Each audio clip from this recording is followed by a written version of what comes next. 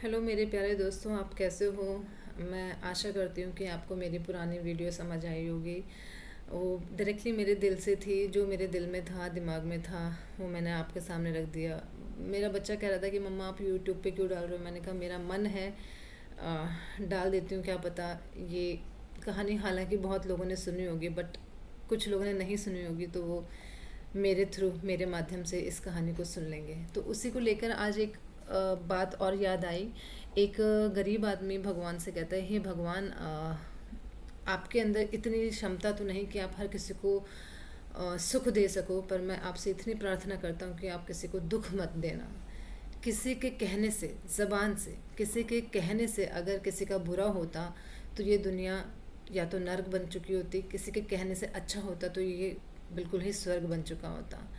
इसी पे रिलेटेड एक मुझे बात बचपन में याद आई कि पापा मम्मी ने बताई थी कि हमारे ही शरीर के अंदर एक ऐसे सेंस और ऑर्गन हम कह सकते हैं वो है जहाँ पर जहर और अमृत दोनों एक साथ निवास करते हैं, जो कि हमारी जिह्वा, टंग।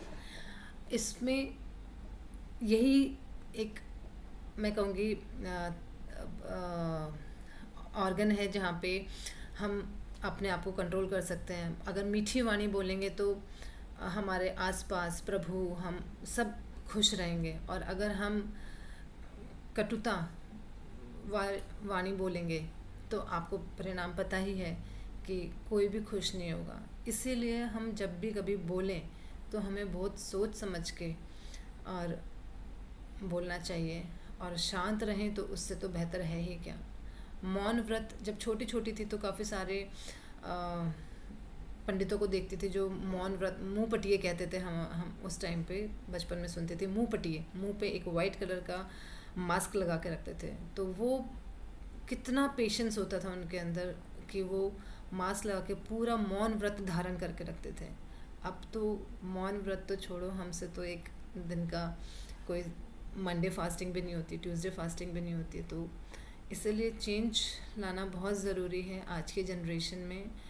और आई होप कि आप मेरी छोटी छोटी ये वीडियोस और भावनाओं को प्यार देंगे, तो मैं कुछ अपने पॉइंट्स लेके आपके सामने आती रहूँगी। जय हनुमान।